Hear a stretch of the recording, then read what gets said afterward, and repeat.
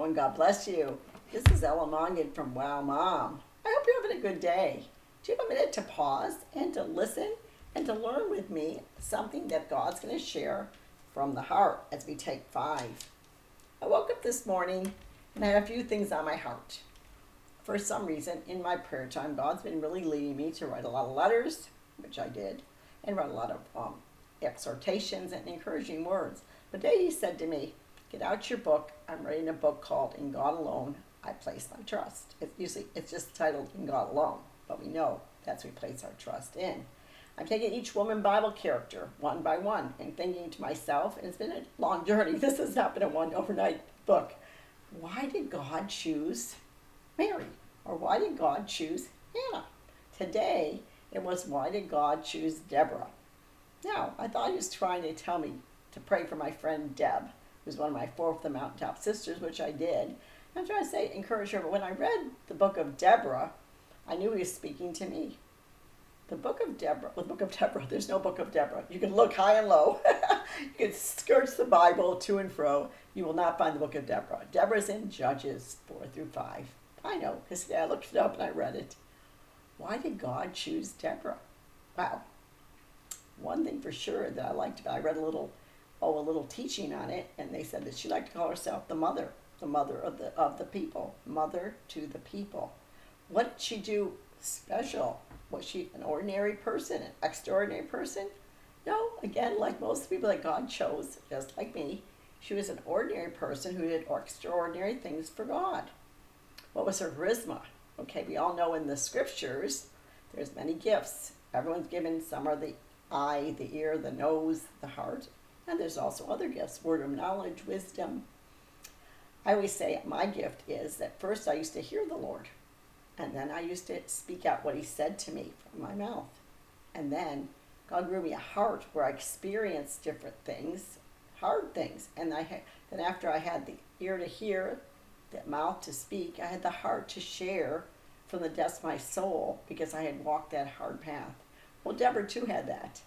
She was such a good woman of wisdom, gifted by God to have a hearing ear. She was known to the people. In fact, Baruch, B-A-R-A-K, said, I know you hear God, Deborah, so if you say go, we go. And if you don't say go, we don't go. Because he was waiting for Deborah, the prophetess, the judge, to have the words and the timing when God was going to let the people have victory. See, timing's everything. You could want a baby and you could want like last month or the month before, but God has that timing. The timing's important.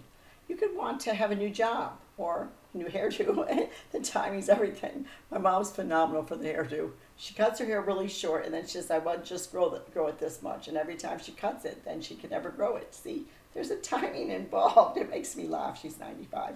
Okay, there's timing. So even if you're going to study well for something, there's a timing to go to school or what you want to be. Timing is everything. So Deborah had the hearing ear. Baruch was wise enough to listen to her. And when they went forth, they won the battle.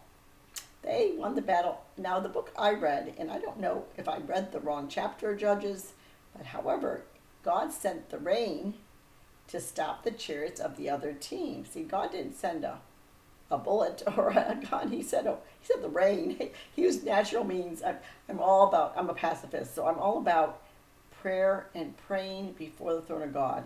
He did that with Jericho as well. Joshua fought the battle of Jericho, and the walls came tumbling down, not by might nor by power, but by his spirit.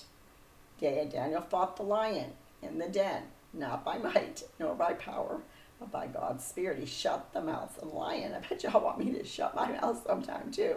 But he has a way. God has his way.